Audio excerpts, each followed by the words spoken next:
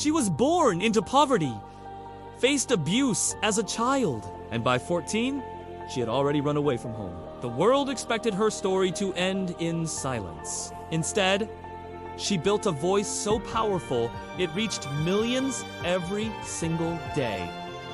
From nothing to billionaire. From pain to power.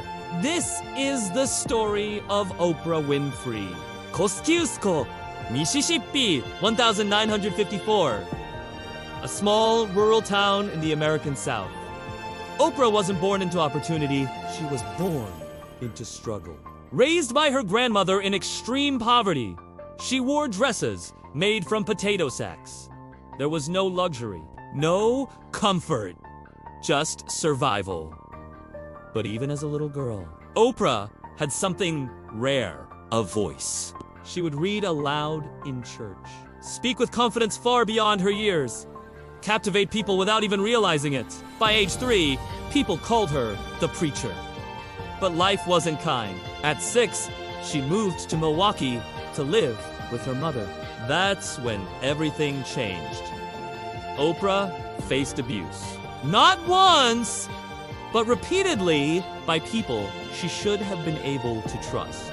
The trauma was deep. The silence, even deeper. At 14, she became pregnant. But the child didn't survive. For most, that kind of pain breaks you. And for a moment, it almost did. Oprah ran away from home, lost, angry, hurt. But then came a turning point.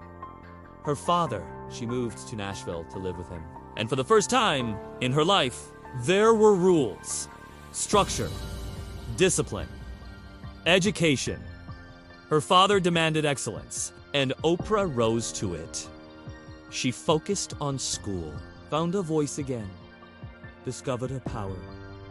And this time, she wasn't just speaking, she was connecting. She won a speech contest, earned a scholarship to Tennessee State University.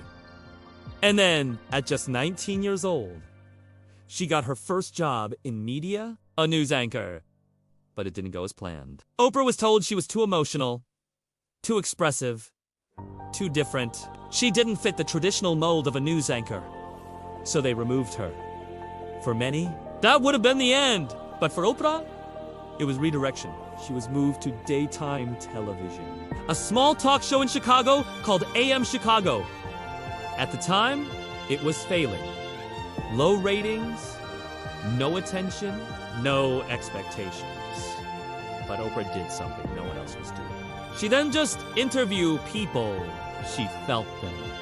She cried with them, laughed with them, shared their pain. And the audience felt it too. Within months, the show went from last place to number 1.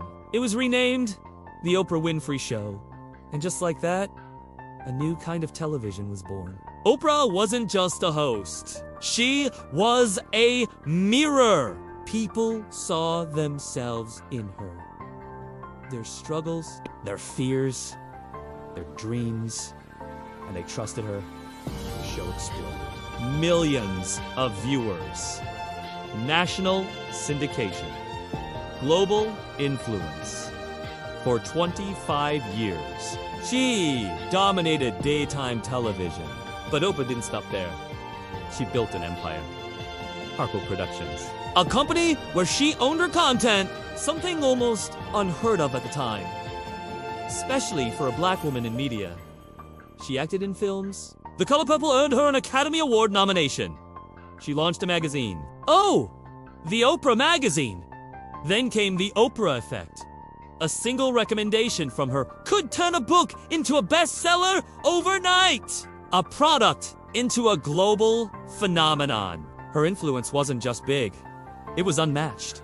And then she crossed a line no one had crossed before. Oprah Winfrey becomes a billionaire. The first black female billionaire in history. From poverty to power. But success didn't protect her from challenges. Fame brought pressure. Every move analyzed. Every word scrutinized. she faced criticism. Some interviews sparked controversy. Some endorsements were questioned. But Oprah did something rare. She listened. She learned. She evolved. Because her strength wasn't perfection. It was growth. In 2011, after 25 years on air, she made a shocking decision. She ended her show at its peak. Not because she had to, but because she wanted more. She launched OND, Oprah Winfrey Network, and it wasn't easy. The network struggled at first. Ratings were low. Critics were loud. For the first time in decades, Oprah faced failure again. But she didn't run from it.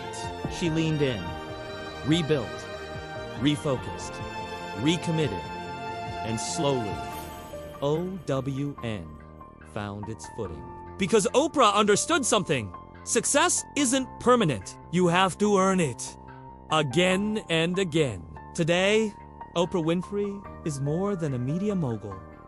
She's a symbol of resilience, of transformation, of possibility. She built schools for girls in South Africa, gave away hundreds of millions to charity, used her platform not just to entertain, but to elevate. Her story isn't just about wealth. It's about becoming stronger after pain, becoming louder after silence, becoming more after being told you are less. Oprah Winfrey proved that where you start doesn't decide where you finish. If you've been through pain, rejection, or doubt, remember this. A girl who wore potato sacks as dresses became one of the most powerful women in the world. Your story isn't over yet. Subscribe for more untold stories of legends who changed the world.